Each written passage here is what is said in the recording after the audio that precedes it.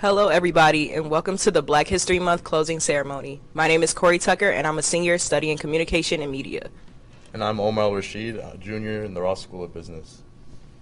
This month, we came together to celebrate Black History Month, the 50th anniversary of Mesa, but more specifically, Black Joy.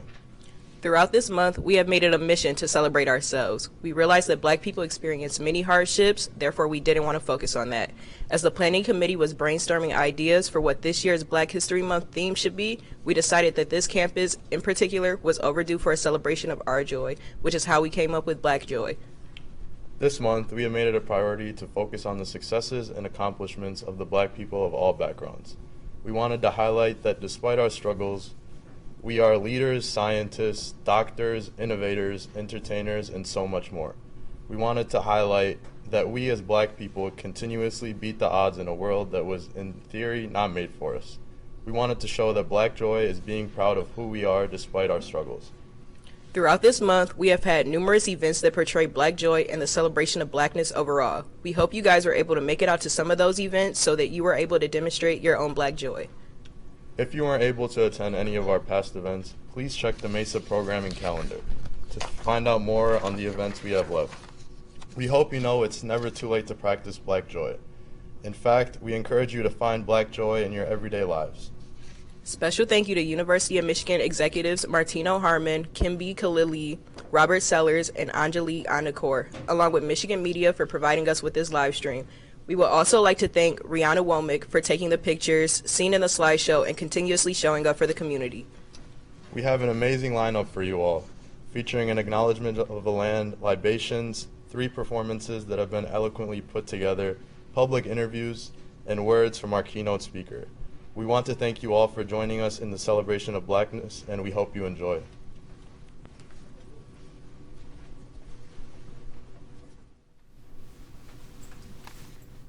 Thank you, Corey and Omar, for that lovely introduction. My name is Dylan Cathro. I use he, him pronouns. I'm a program manager here at the University of Michigan. I just want to say, ain't it good to be Black? People in the room, ain't it great to be Black? It sure is. Before we get further into our presentation today, I want to take a moment to deliver our land acknowledgement for the land that we currently inhabit, which I will do now. The university's 3 campuses are located on the lands of the Anishinaabe and Wyandot, which were ceded under Article 1 of the Treaty of Detroit in 1807. The university's endowment was originally funded in significant measure by sale of land granted under Article 16 of the 1817 Treaty of the Foot of the Rapids, also known as the Treaty of Fort Meigs. This grant for the college at Detroit was made by Anishinaabe, including Odawa, Ojibwe, and Bodo-Adami, so that their children could be educated. These lands continue to be the homeland of many indigenous people, and through these words of acknowledgement, we seek to reaffirm and respect their contemporary and ancestral ties to the land and to recognize their contributions to the university. We also want to acknowledge the people of African descent who were instrumental in the cultivation, maintenance, and industrialization of much of the lands that we currently inhabit. The countless contributions they offered in the fields, factories, classrooms, boardrooms, and across this country assisted in paving the way for us to be here today, speaking with you all. We affirm and honor their deeds and vow to continue to lift up their memory. We are their legacy.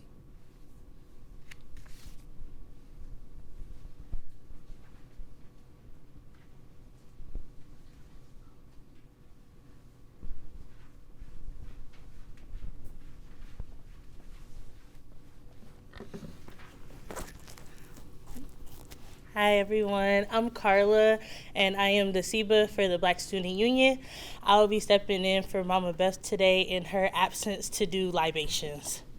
So she wrote some words, so I'm just going to speak them for her. We call upon our ancestors, far and near, fathers of our fathers, mothers of our mothers, to be witness to what we have done. and by their example to continue to inspire us towards, we pour this libations to bring into our midst their venerable spirit, radiating their great wisdom, courage, dedication, and unyielding commitment to victory by any means necessary. It is in the honor of our Creator, our ancestors, our children, and their children that we pour this libation. For the Creator, we pour libations. Sorry for the absence of water today, but after I pour a libation, please feel free to repeat with Ashe. So we pour this libation for the Creator, for the esteemed ancestors who laid the foundation for human civilization, and who provided the wisdom by which we live and the models by which our lives are guided. We pour libation. For our esteemed ancestors who have suffered and through horrors, yet determined by the victorious power of their spirits against adversity, by maintaining their dignity no matter the cost. We pour libation. Ashe. And for those ancestors who survived and made it possible for us to be here today, to continue to be there through their struggle of liberation and vindication, we pour libation. Ashe. And finally, for our children and their children and future generations to come, that they too will, in their time, will continue to imprint upon the world the great genius of African humanity. We pour libations. Okay. May the memory of them engulf this occasion to reaffirm us in love. Ashe. And then Mama Beth wanted me to add a part about Black joy, so here I go. I'm very happy over this Black History Month to talk about the resilience of our people. A lot of times we think about Black joy as something that we have, but it's truly a sense of rebellion for us to continue in the face of adversity, to love ourselves and provide joy for ourselves. And for that, I say Ashe. Thank you.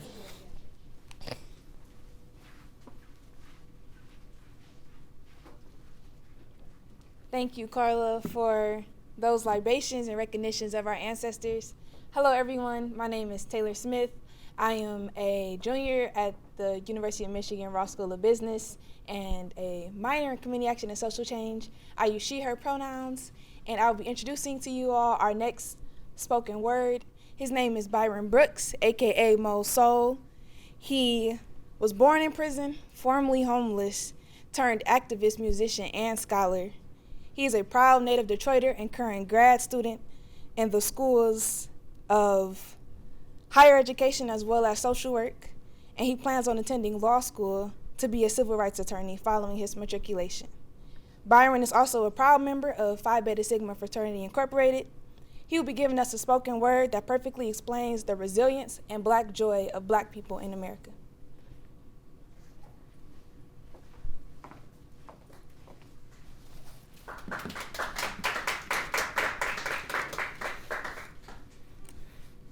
Being Black in America.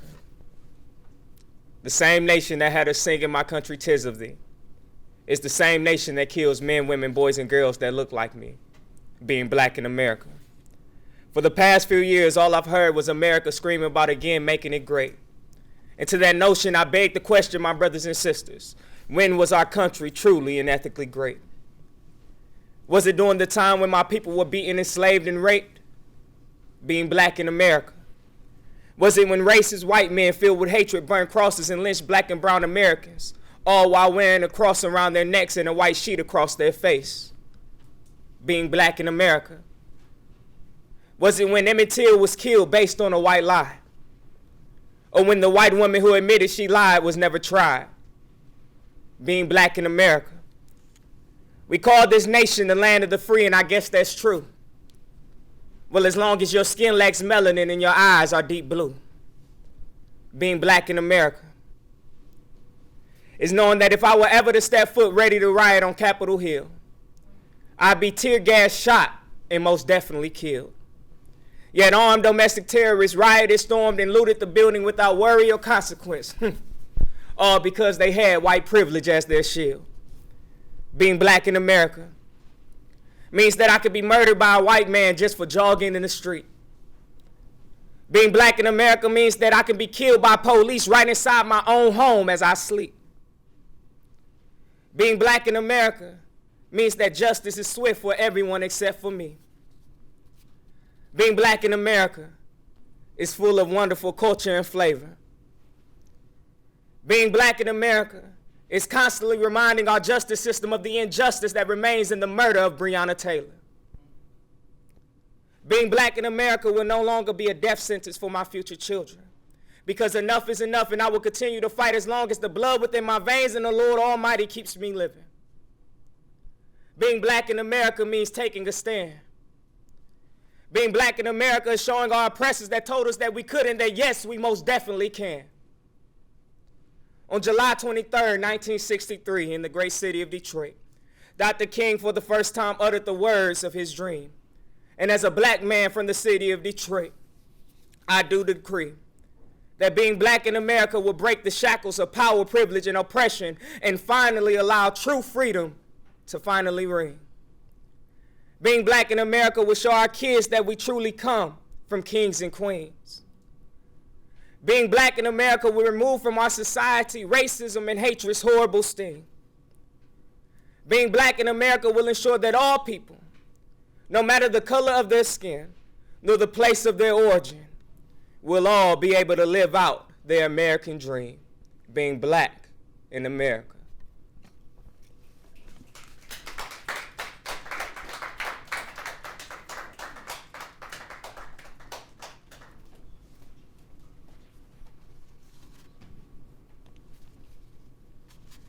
Thank you, Byron, for that powerful, expressive, and exceptionally truth-filled spoken word piece. My name is Maya Jackson, and I am a sophomore in LSA, majoring in sociology with a social work submajor and minoring in Afro-American and African studies. During the opening ceremony, which you all can now view via the recording on YouTube, members of the Black History Month Committee and our lovely performers share with you all what Black joy means to us. Over the course of the Black History Month, members of the committee asked you, the community, for your own personal definitions of Black joy. As you watch this compilation, I invite you all to reflect on how you express Black joy throughout the month and how you will continue to feel and spread this joy throughout the year, not just in February. Okay. So to me, Black joy means togetherness, especially in a school like this, a PWI. It's really important for me to find the support and, the clubs that are filled with amazing Black people that can share the same experiences and just enjoy our happiness together. And I'm really happy that this Black History Month is being an amazing production like no other year. So, oh goodness. That means I am navigating the world without fear of ridicule, fear of judgment. I have awareness of who I am, what brings me light, what brings me happiness, what upsets me, all the different feelings that I have in myself. And I'm able to show up in a number of different spaces and just be me and be able to sit in the fact that I can be me as I transverse all these different spaces. So Black joy is just being able to freely live. I don't know if many people get to encompass that and feel that, but I think that's what Black joy is. Black joy to me means seeing Black people really thrive in the spaces in which they exist and really just getting the chance to be happy doing the stuff that they love. Black joy is unapologetic, authentic love of self, of sisters and brothers, of hair, skin color, dress, language, and vernacular. Black joy is something that can't be taken away, no matter how people, things, or systems try. Black joy is me. Hello. To me, Black joy really signifies the privilege to be able to live my life to the fullest, to be able to enjoy the many pleasures and the many things that this world, that this life has to offer as a black person. To not assimilate or try and be anyone else, to not try and somehow prove that I am good enough, but to know that simply being me, being authentically me as a black woman, gives me the privilege and the honor to experience, to thrive in, and to grow as a black woman. And that, to me, is black joy. To me, black joy is black people being able to embrace themselves and enjoy everything about themselves and their culture. Black joy to me is representative of standing in your truth, being who you are, and standing tall no matter those around you. It represents culture, friends, family, and love. Wow, that was just so beautiful to watch and to hear. Thanks for all those black joy words that bring us the black joy we speaking about. My name is Micaiah. I am a senior psychology major, minoring in community action and social change. And right now, I have the pleasure to introduce Jazz and Soul. Jazz and Soul features a group of U of M artists coming together to perform and share what black joy means to them. This is illustrated through the arts of spoken word, song, music, and dance. Spearheaded by Black Scholars in Dance, a new organization dedicated to creating a community of black dancers at the University of Michigan.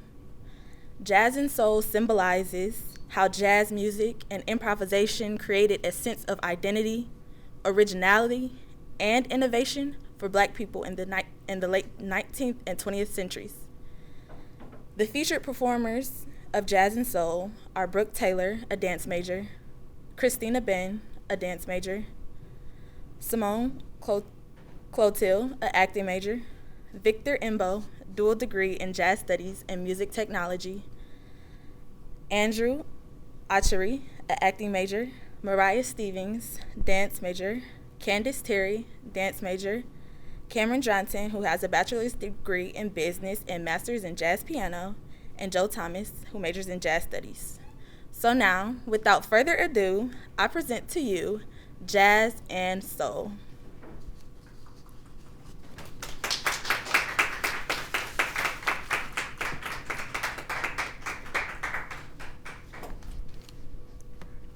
Hello and welcome to Jazz and Soul. My name is Brooke Taylor and I am the founder of Black Scholars in Dance. Today I will be joined with so many amazing artists and beautiful souls throughout the School of Music, Theater, and Dance. So whether you're virtual or in person, we hope you sit back, relax, and enjoy our presentation of what Black joy means to us. Our first act of the evening is Andrew Autry.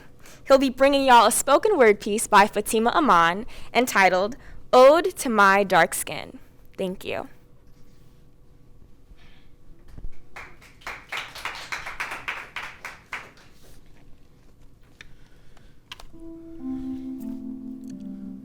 Ode to my dark skin. They say the blacker the berry, the sweeter the juice. That may sound cliche, but damn, it's the truth. There were times that I hated you, debated you, ashamed of you. I look back now and with thinking, man, how I was fooled. Found this dark skin a curse. Mainstream media is the worst. Programmed fair skin as a commodity that I needed like a brand new purse. To prance around town like a clown, I found no reason to be proud. I walk around with sagged shoulders and my head was kept down. Abused you using creams, your true beauty I could not see. Tears come to eyes. Could you ever forgive me? You were never the one to blame. I was the one who brought you shame. Allowed the words of colored struck niggas to hit me and turn you away. You are the symbol of black strength. Queen Nefertiti back in the flesh. Your blackness wraps tightly around me like a freakum dress. Puts me on top of my game. Turns my black on all the lames. Look who's now ego tripping. And you're the only one to blame. I'm covered in Godiva chocolate. I'm on fire. No, I'm not cocky, I'm confident. I laugh when they say you shouldn't be desired. How dare they identify you with that ugliness? I guess stupidity is contagious. What you're made with can't be debated. You're closer to gold, and that can't be tainted. Never, ever leave me alone. Always bless me with your kisses, 'cause the blacker the berry, the sweeter the juice. And you are what I was blessed with. Thank you.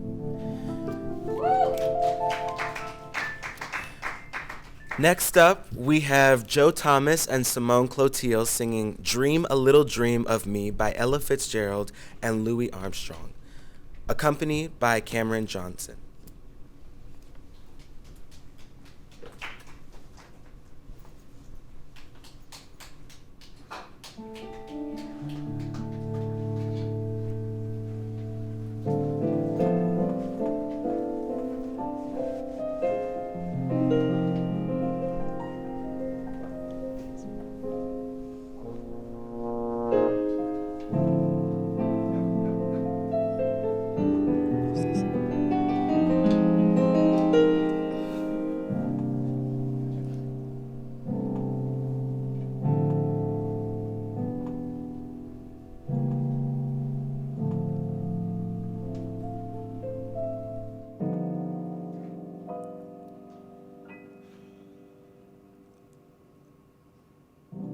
Stars shining bright above you.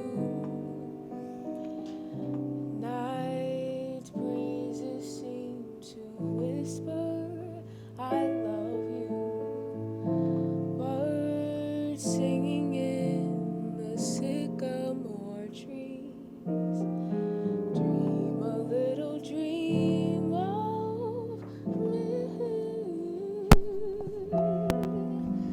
Say nighty night and kiss me. Just hold me tight and tell me you miss me. While I'm alone and blue as can be. Dream a little dream of me. Stars fading, but I linger on, dear. Linger on. Still craving your kiss. How you crave my kiss. I'm longing to linger until dawn, dear. Just saying this. Sweet dreams that leave all worst worries behind you. Sweet dreams that somehow keep me from finding you. And in your dreams, whatever they be, dream a little dream of me.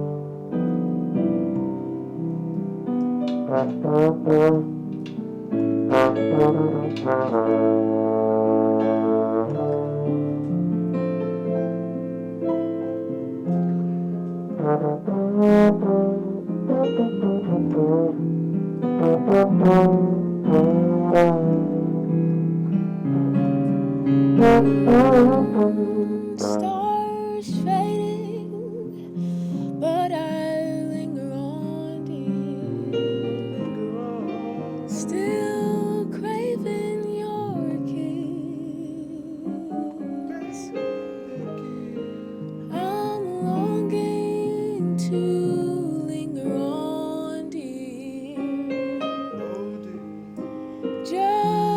saying this.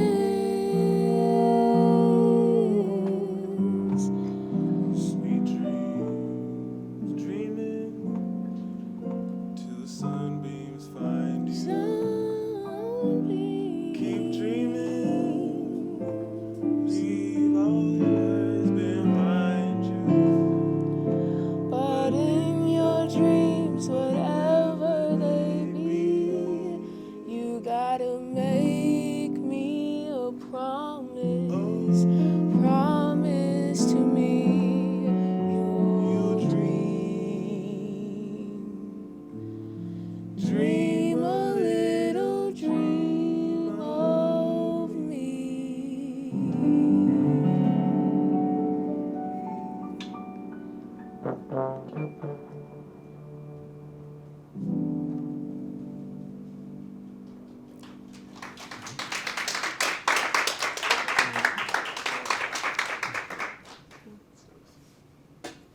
Good job, Simone.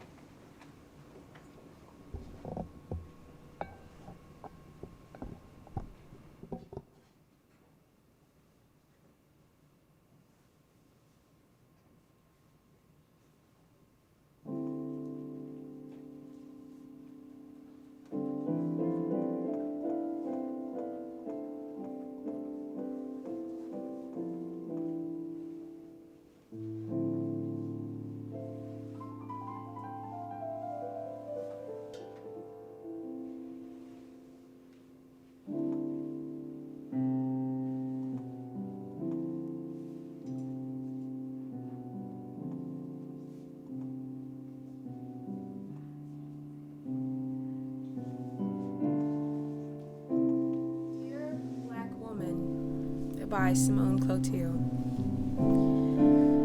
The most disrespected person in America is the black woman. The most unprotected person in America is the black woman. The most neglected person in America is the black woman. Malcolm X. I grew up hearing that the trials and tribulations black women experience is simply the way it is. No wonder the angry stereotype doesn't seem to disappear. Instilled helplessness would make any person go mad. If we are competent enough to recognize that black women are the most disrespected, unprotected, and neglected people in this free nation, why is this still the case? We praise this quote for being true, but do nothing to change it. What's the point of knowing about an injustice if it is never made just? I see this quote thrown around as if it is weightless. We raise our white flag in the air, further perpetuating the narrative that a destiny of disdain is already in the cards for us. Then we wonder why we are viewed and treated as if we are the scum of the earth. We've internalized mistreatment as the way things are supposed to be, encouraging supremacists to try and strip us of our magic when they've already stripped us of our home, our ancestry, and so much more.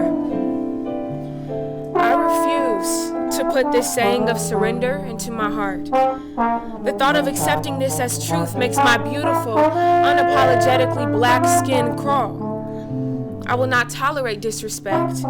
From God, I receive protection in addition to strength, care, guidance, joy, and so much more. Because I am aware and in awe of the love God has for me, I refuse to be tossed to the side as if God did not make me too in his image. I am a black woman, and there is no other identity in this world that I would rather be. This is what I was made to be, and irrespective of what history books may project, I know that in being a black woman, I am a part of the creation God deemed not just good, but very good. If I am blessed with a daughter one day, I will teach her that in order to expect respect from others, she must first demand it of herself. I will remind her that the world will try to strengthen her protection, but it is the world that needs protecting from the force that is she. I will instill in her the power of caring for oneself so that she may never experience neglect. And I will remind her that above all else, she is the daughter of the one true King, who says that if he is for us, who could be against us? And be in their right mind, anyway. Who could dare stand against the resilient black woman, the brave black woman, the talented black woman, the pissed black woman, the shy black woman, the caring black woman, the Proverbs 31 black woman, the black woman who was handcrafted by God himself, the black woman who Jesus died for? So be joyful, black woman, because even though you are disrespected by many, you are far from unprotected, neglected. You are loved beyond measure by the creator of the universe. Walk like it.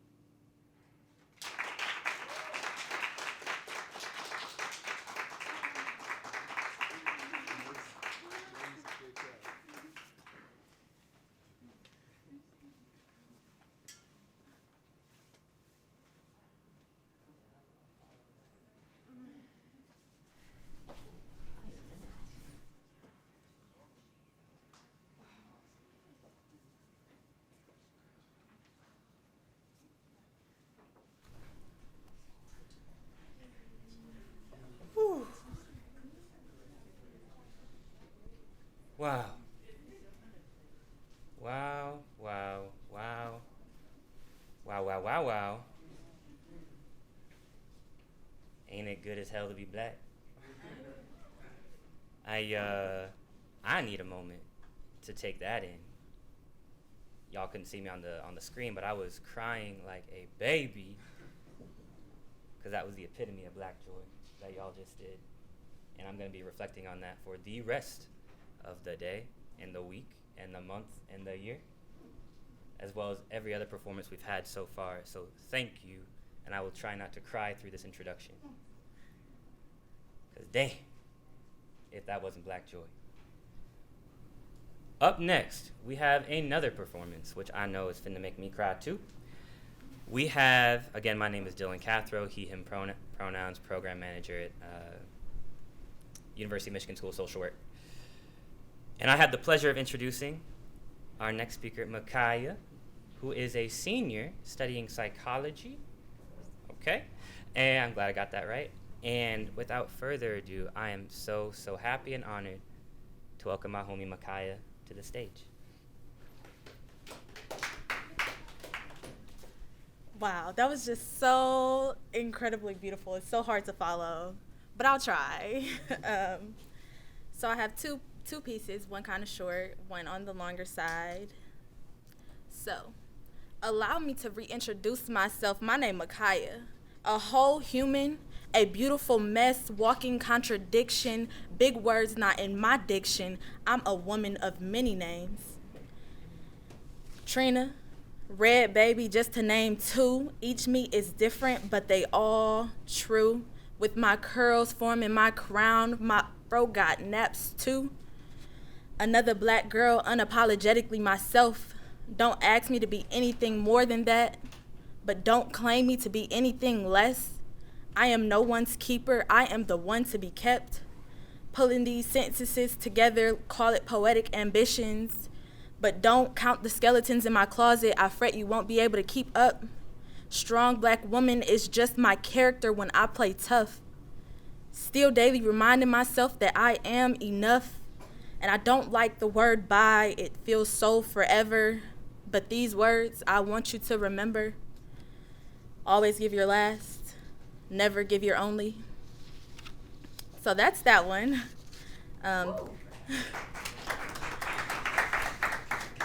This next one is called Tired. Why do I feel my ancestors tired? Like I've been breaking my back for hundreds of years, through the dirt, mud, and waded through the water and drowned in my own tears. I guess you can call me selfish for not swallowing my fears when my ancestors done it all. Been wet nurse, been bruised and abused. I take for granted this bachelor's degree when they got third-degree burns hanging from the popular tree and I can't get my first degree for them? 'Cause I'm so tired of what? From when? And now I claim it as my right to be black, to be woman, to be proud, to fight for all the women who came before me. But what about this tired?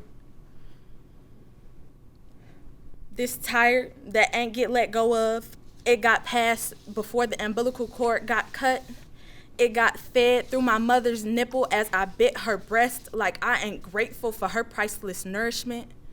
May as well have been a slap in her face, and her mama face, and her mamas too. They all have come before me and I am their only trace. But who are they? I don't know.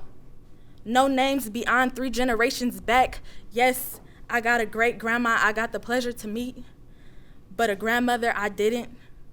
My mother, who is still here, is my rock, but she is tired from her mama, and not knowing they mamas, which puts her in a hard place. And I got all this tired I can't track back. I can't track it back beyond my mama's tears, so when she cry, I cry, even though I don't know why. But now, I know, I feel her tired. I will take it because it is what I get from my mama, mama, mama, mama, mama, and so on, more than I can say. However generations it took for me to get here today. Back when mouths only smiled and life was meant to be full of joy, until pain came through like an anchor, but an anchor that never stopped the ships from making it to America, and we wonder why we're tired. We're breaking our own hearts. We're tearing our own selves apart, guilty for feeling this tired, this great-great-great-great-grandma tired, this as far back as I can imagine tired. But I can't figure out what we're tired of. So this is my ode to my ancestors, my ode to my tired. And now I ask myself, what you gonna do with all this tired? And I figure I'ma get up anyway. I'ma keep going anyway. I'ma graduate anyway and go back to school anyway. And I'ma be tired as hell doing it all, but making myself proud and turning that pride into joy. Thank you.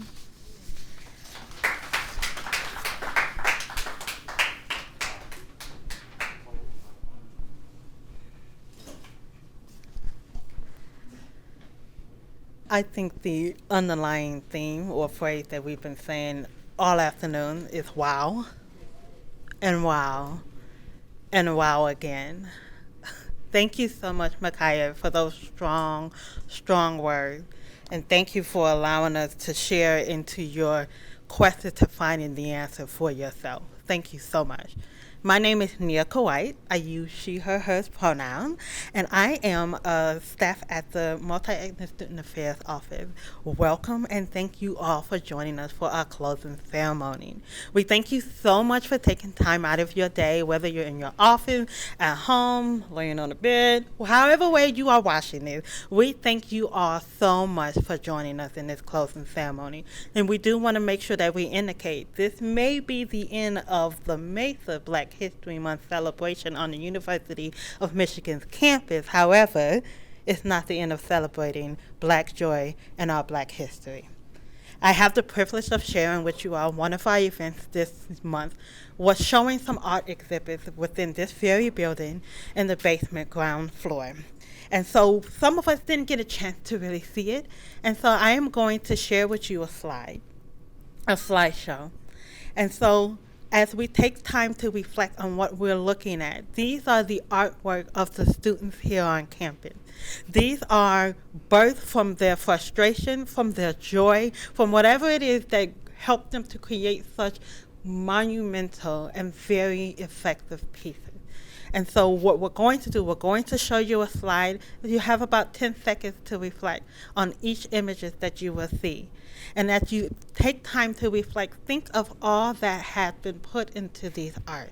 These students, amidst being students on multiple majors, still working jobs, family issues, in the midst of a pandemic, they still managed to create. They still managed to say, I have something within me, I have something on me, I have something to show through me. And so through our live stream, we want you to be able to experience each and every one of these beautiful pieces. Enjoy.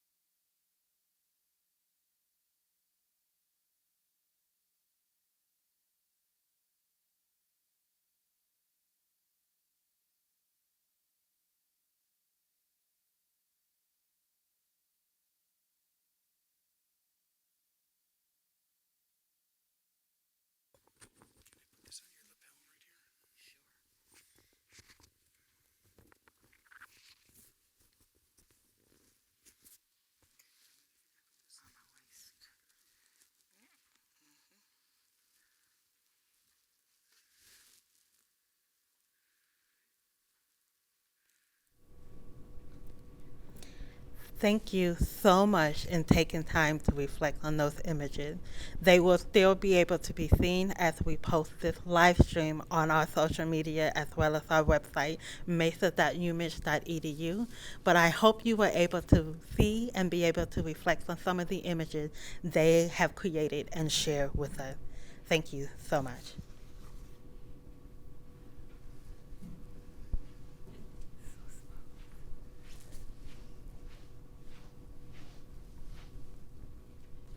Thank you, Nieka, for the presentation of those powerful images and expressions. I now have the pleasure of introducing our keynote for tonight, Teaching, Art Making, and Activism.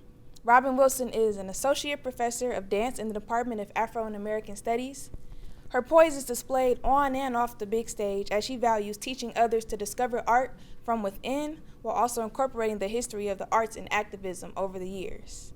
Professor Wilson is noted as a founding member of the New York dance company Urban Bush Women, as well as over a decade of experience performing in New York alongside major choreographers in the industry. Her accomplishments exceed words, and I am excited to welcome her to the stage as she shares with us what Black joy means to her.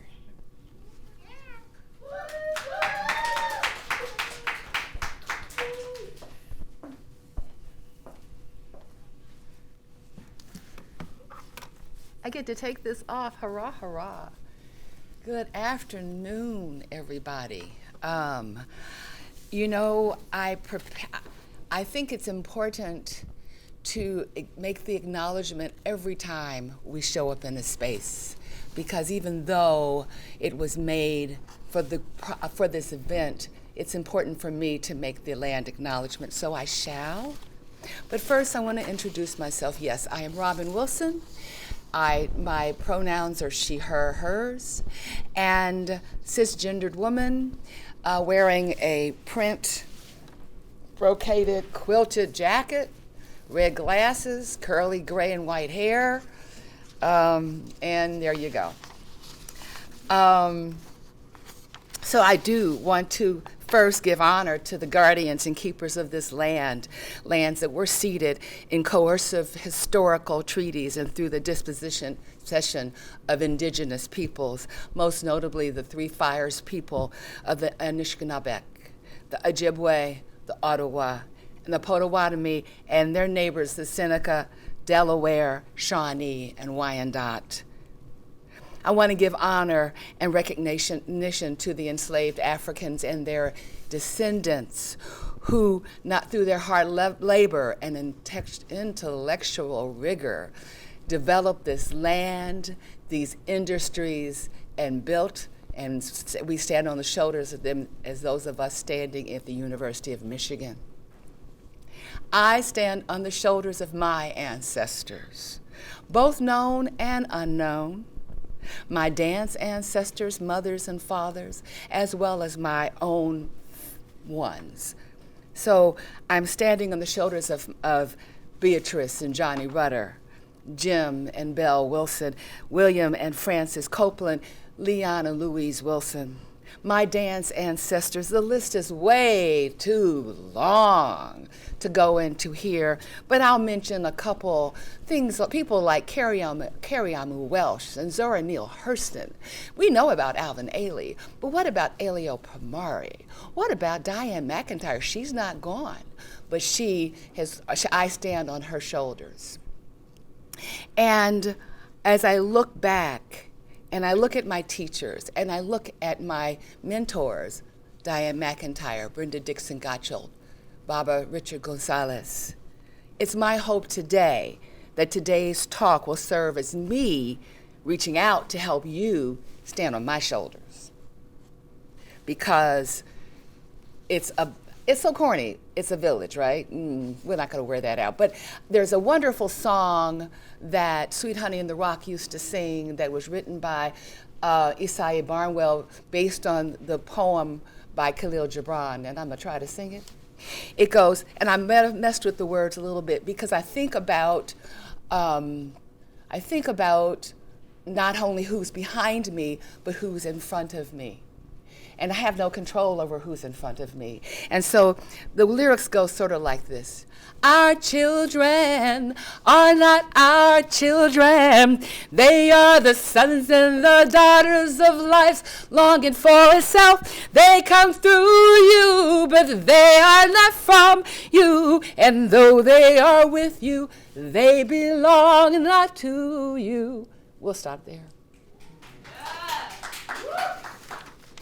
And so when I was asked to do this talk, I was shocked, I was surprised and honored. And then when I heard about the topic, I was exhilarated, right?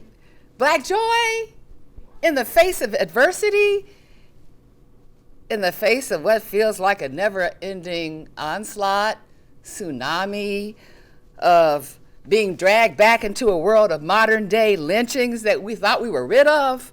I mean, now we're worried about World War III with Ukraine and Russia, right? Whatever. Black and brown bodies under siege, voting rights craftily stolen, the right to choose following quickly behind, climate change happening so fast it feels like we're on a train headed to oblivion. Joy, how can we talk about joy? I mean, really, seriously. But how can we not?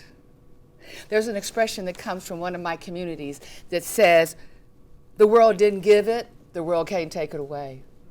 Joy. So I'm here to testify, to call out, because Black joy is directly connected to our faith. It's connected to our spirituality. It is a worldview that sees beyond the material and is rooted in the spiritual. It has the power to transform, reinvent, reclaim, and redefine. Life. So you'll see along with me these slides. It says Black joy, a case for Afrofuturism. And I really struggle with that. But we're going to come back to it. So just say, like, huh? Really? I mean, Afro-modernism, yeah, but futurism? I just said everything was going down the toilet in a handbag, right? So what kind of future is that? Well, one, the idea, the Akan symbol, be clear, of Sankofa, of the bird looking backwards, that we only go forward unless we know our past, right? That this idea that excellence is only informed by the superior mind of the ancestors. This idea that life is circular, that we do not just, life is not a straight trajectory, but it is the present, past, and future all at one time. This is not new news. Now we talk about it in physics, but hey, Africans and African heritage people have been thinking that way since millennium. Ain't nothing new. This idea that nothing new is under the sun. Oh, okay, nothing new under the sun. Again, so that's still looking backwards. What does that have to do with futurism? We'll get there, don't worry. So one, I'm gonna move my papers around so I don't get lost.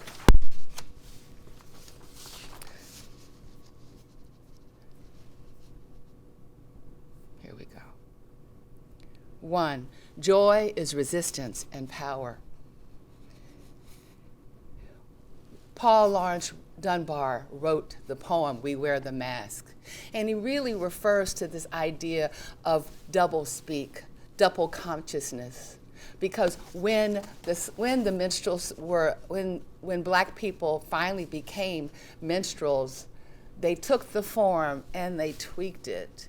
Instead of it being a form of disgust and imitation and rejection, because that's what the minstrel stage was. It was attraction and repulsion all at the same time. They were like, we're going to take those forms and we're going to reinvent them. So instead of singing songs about longing for good old Kentucky, my old Kentucky home where the darkies are happy and gay, I'm from Kentucky, I know that song well. Instead, they made songs about steal away, spirituals like swing low, swing chariot, things like really mourning the loss of their families who'd been sold into slavery or moved away. They also they brought with them these amazing performances of dance, which had merely been imitated by the performers in blackface at the time. And so the excellence that they brought with them changed the whole game. But they did it with an awareness, a self-awareness. Billy Kersans, who was a performer, said, as long as they're laughing, we're whipping them. So this understanding, again, we wear the mask. You think we're smiling, but underneath, we're not. We're rebelling. We created the cakewalk. No, not that dance where you have, a little square on the floor and you walk around like this. It's called musical chairs, y'all. No, the cakewalk was a dance created on the plantations where the enslaved people were making fun of, poking fun of the mannerisms of the slaveholder class. And so what's the ironic thing about it is here's this dance, right? They're kicking, and there's sort of the comic style, and then there's the proud prize walk. One, it's really difficult. It comes from this tradition where you've got a bucket of water on your head and you're dancing on a line, and how many twists and turns can you do? It's about athletic prowess. It's about agility. It's about flexibility, not only in the body but in the mind, right? And so slaveholders would go, oh my God, they're so good. This is really entertaining. They would have contests. My darkie's going to do better than your darkie. Oh no, my darkie's going to do better than your darkie. And they didn't know they were being made fun of. Well, maybe they did, but they didn't care. And it ends up being a standard step in minstrel shows. It ends up being a standard step in early Broadway, musical theater, and vaudeville. It becomes an international dance craze where they're competing at Madison Square Garden for a daggone cake. And they have no idea, or they don't care, that they're being made fun of the whole time. So that doublespeak, where I can create this form and this idea of using dances and songs of derision where you complain, where you can talk trash. Jealous used to be paid money so you wouldn't be insulted. This whole tradition of being, there's another one, Juba. And Juba's a little hand-patting game. I'm not going to make you learn it. You're not in the room. It's polyrhythmic. You got to pat on a 3 and sing on a 4. But what's remarkable about it, it's a complaining song, right? It's saying Juba this, Juba that, Juba killed a yellow cat. They're talking about cowards. Bent over double trouble, Juba. Times are so hard, my back is bent over. Juba sing, Juba dance, Juba stole the master's pants. So it's like a protest song. You get the meat, you give me the skin. You get let's see, what are the lyrics? You get the corn, you give me the crust. You get the bread, you give me the crust. You get the meat, you give me the skin. So that's where my mama's troubles begin. Protest songs, double-mindedness, W.E.B. Du Bois, who's today his birthday, by the way, speaks of that double speak, that double consciousness. Code switching. So the cakewalk, one, life is more than a cakewalk. In Nadine George Graves' recent article, Taking the Cake, she alludes to the cakewalk, a 19th century dance of derision, as I mentioned, created by enslaved African Americans. But also listen to the language. It looks easy. It's a walk. It's just a cakewalk. It's just easy peasy. So here's this thing of doing something that's really, really hard, but making it look easy. Doublespeak. And so here we have this trend. How do we keep our joy?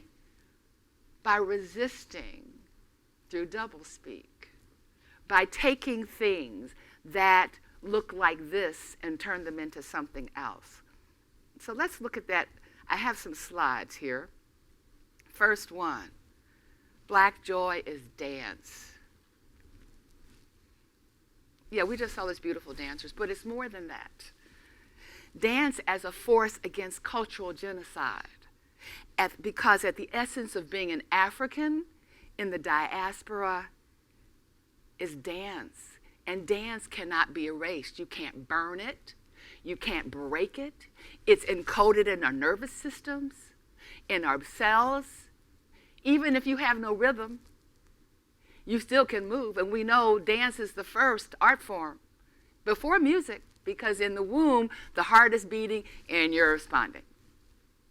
So dance is this thing that is a remarkable tool against cultural, not only cultural genocide, but resistance against spiritual annihilation, linking how it is to be an African, regardless of your ethnicity, in the Americans and becoming Pan-African is this powerful tool against annihilation, resistance. Black joy is creativity. We take the guts, the weeds, the offal, and we turned it into entirely new cuisine.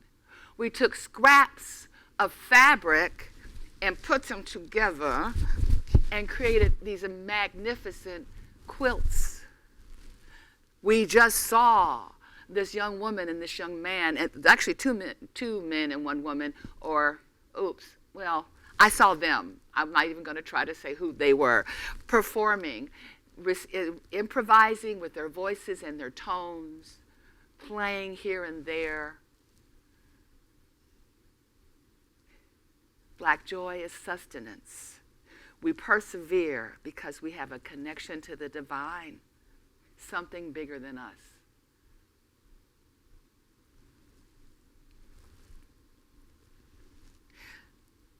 Black joy is celebration, not just in spite of, but because of, right? Because we got up this morning, we had another day, I have my community, I get to have pride in who I am and where I've been.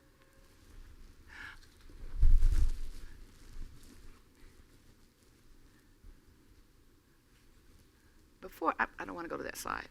So I want to think about a little bit longer, because as I was thinking about the future, and I said, what about Black future, Black Afrofuturism? Well, if we have become masters of taking what nobody wants and turning it into brilliance, if we have learned how to handle adversity and oppression in the past, and we're still here,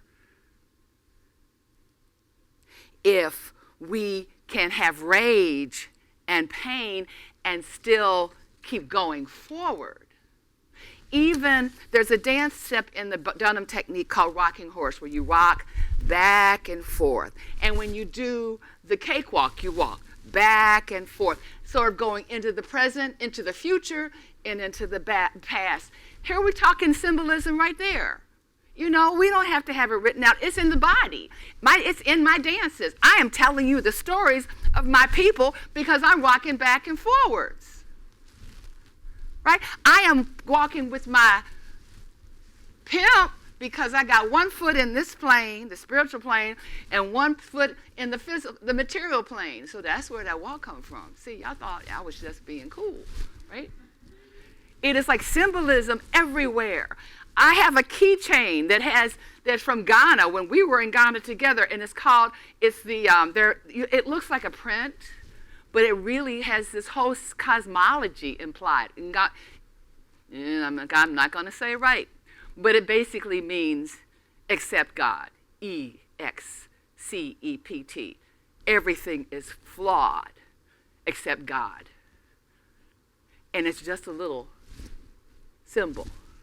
So we don't need to have scores of paper. All I need to do is have a body. Don't have to have rhythm. You got a body. You got a heartbeat, don't you? Therefore, you have rhythm. I mean, you may not be on the same beat that I'm on, but your heart is beating. So therefore, you have rhythm, and therefore you are alive. So again, so Black joy is celebration because we're alive. We're on this side of the grass, right? And as long as you're living, you have something to celebrate. As long as you're living, we are not just looking at Sankofa. We are also looking forward. We're talking Octavia Butler, Parable of the Sower, who this brilliant, visionary woman thinking about a future with Black people in it. This is a plug for UMS. I should get some money. Right? So as I was thinking, we're getting up on Mardi Gras. Now,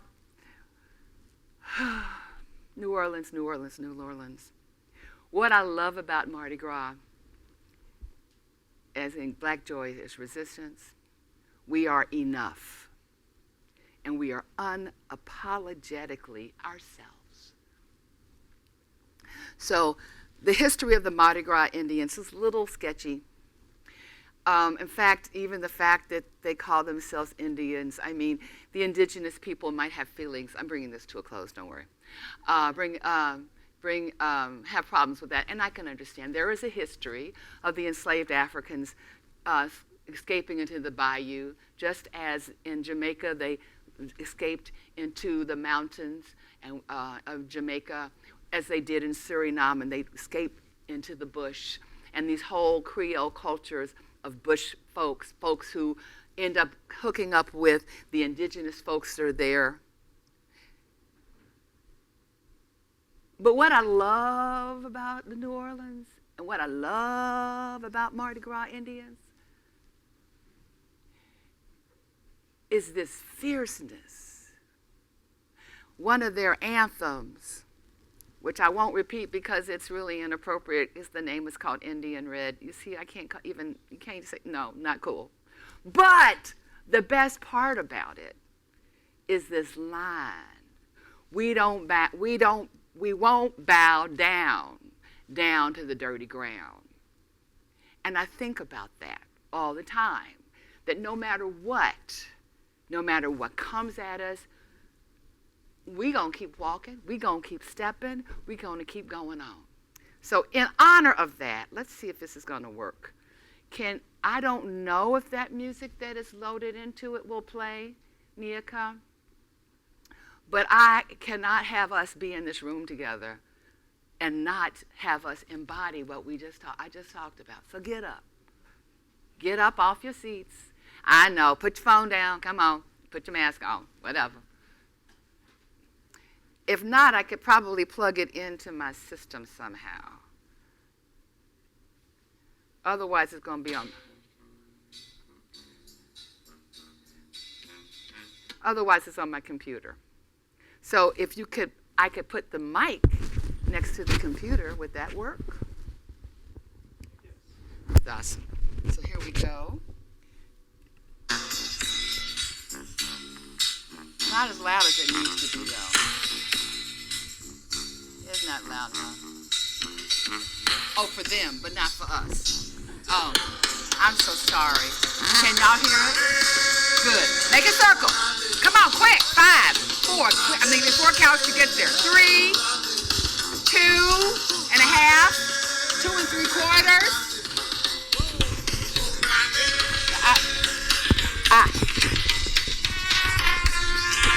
Walk in, let go.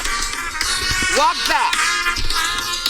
Walk in, walk back. Walk in, otherwise you go. Walk back. Stay there. Look to the right. Reach. Look back. Look right. Okay, now we're going to do a little reach. And touch. And reach. And reach. And reach. Reach away. Yeah, that's what I said. That's why we can go with the top. Yep. And we go. Up. Back it up. Back it in. Take it out. One more time. In. And out. Now close your eyes so you don't get self-conscious. Down to your eyes. Say we are party in the house. Here we go. Hey! Do you. We don't care. Nobody else sees you but you. 5, 4, 3, 2, we're out.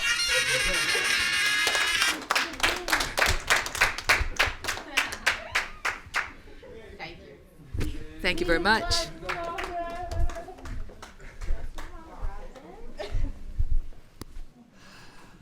I love you. I want to take a picture of Mama around.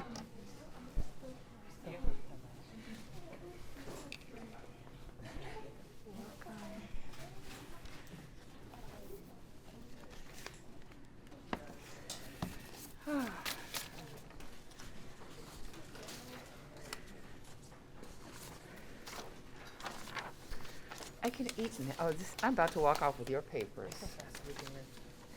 Oh, shit.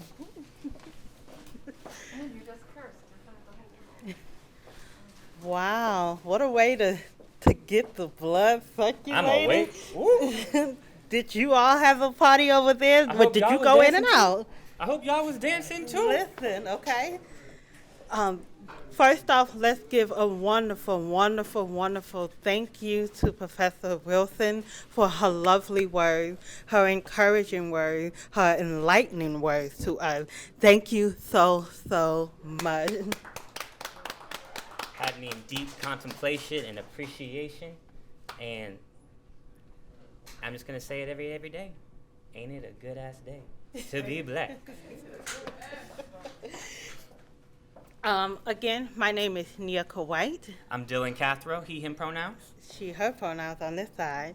Thank you so much to all of you for your support, for showing up, showing out, sharing your gifts, sharing your words, sharing your wisdom. And your dance. And your dance. Listen, you know, Dylan, we had a couple of dance workshops. We sure did. I hope y'all came through. I hope you came. We learned some hustles. We learned some ballroom. We learned a little bit of kizomba, a little bit of Tamiya hustle. Yeah, we did. You know, we did. And also we did a little bit of bachata. So we want to be thankful to those dance instructors.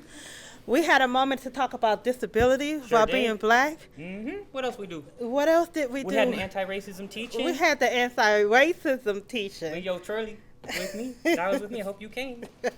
We had our opening ceremony. We had our closing ceremony. We had spoken word. We had spoken word. We had so much. We still have so much left to come as well. Indeed. So please don't think that just because today is the actual closing day, that's it. We have a couple of presentations and workshops and talks that are still going forth after us. Such as the documentary Gone to the Village by Dr. Penne from the African American and African Studies Department, as well as a Q&A session followed after which, and we will have updated information about when and where that will be taking place after the winter break. We also have a Loving Day dialogue that's happening with Mix at Michigan. And that's when? You know what? Is that tomorrow? Is that tomorrow? It's tomorrow. No, actually, yeah, I think it is. Oh, or is it today? It might be today. Oh, it's actually today. There we go. It's today. And so we also have a deaf health talk. They're going to be talking about autism and how it affects the Black deaf community. That talk is happening tomorrow night. And then additionally, we have the Black Student Union Community Choice Meeting on the 24th. There's still so much that is going on, and we can't really name them all. We ask and we beseech you, really, to take time to look up more events that are happening. This campus and the students and faculty and staff on campus have really worked hard to make sure that this theme of Black joy, of being resistant in the midst of so much that's going on, is still going on today. And so please make sure you take some time to look up other events that are happening, because this is not all. And I think what's so cool about this Black History Month in particular is that the majority, if not all, quiet in the house, my homies, if not all of our performances and speakers were from the campus. We looked in-house, we looked inwardly in the community, and the community showed out. And that, to me, is a beautiful thing. It's very beautiful. We're thankful to all of our sponsors. We could not have done this without all of you. We thank you for your financial support, emotional support, physical support, and your mental support. There are a lot of people that gave us encouragement and spoken word in the midst of planning all of this. We are so thankful for the Black History Month Planning Committee. Shout out. Shout out to y'all. It's made up of mostly students. I believe outside of Mama Beth being one of the administrators who was helping us. And Erica Rice. It was mostly all students. Y'all did this. They did y'all. this. Did this. Yes, y'all did. So we are so thankful to them. Of course, we had to get another shout out to all the executives that are attending or wanted to attend. Martina Harmon, Kimbees Khalili. Anjali Antakar. Right, and I'm missing a name. Dr. Robert Sellers. There we go. They got it. We are so thankful for you. It is because of the way that you pay for us to be able to have a free space to speak and to share the knowledge that we have as well as the students have to this university's campus. Thank you to you all as well. We appreciate y'all. We love y'all. And we ain't going nowhere. Stay tuned. Stay tuned. Thank you so much.